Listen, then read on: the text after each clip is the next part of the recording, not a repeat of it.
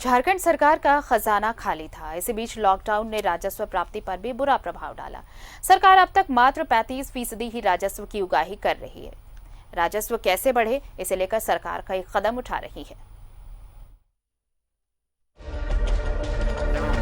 झारखंड में हेमंत सोरेन की सरकार के गठन के वक्त ही ये बात सामने आई थी कि राज्य का खजाना खाली है। इस बीच कोरोना संकट के कारण हुए लॉकडाउन ने भी अर्थव्यवस्था को चौपट कर दिया।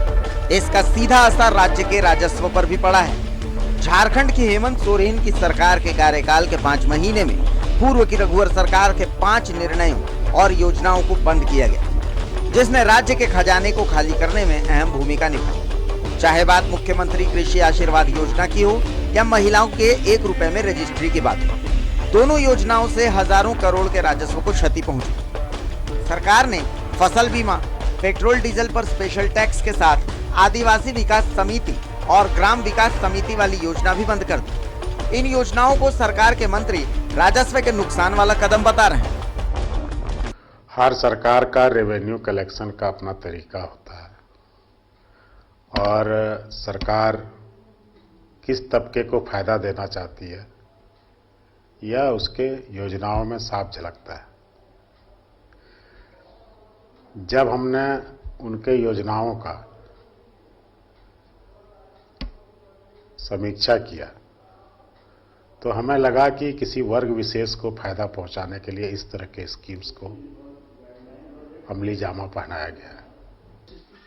निश्चित तौर पर उसको देखिए, एक मुखिया चुनाव हुआ है, उसका पूरा सदस्य है, त्रिस्तरीय पंचायत चुनाव होता है, ग्राम सभा के माध्यम से काम होता है, और आपने किसी को नॉमिनेट करके और आप उसको 5 लाख रुपया करके दिया, आप किसको दे रहे हैं?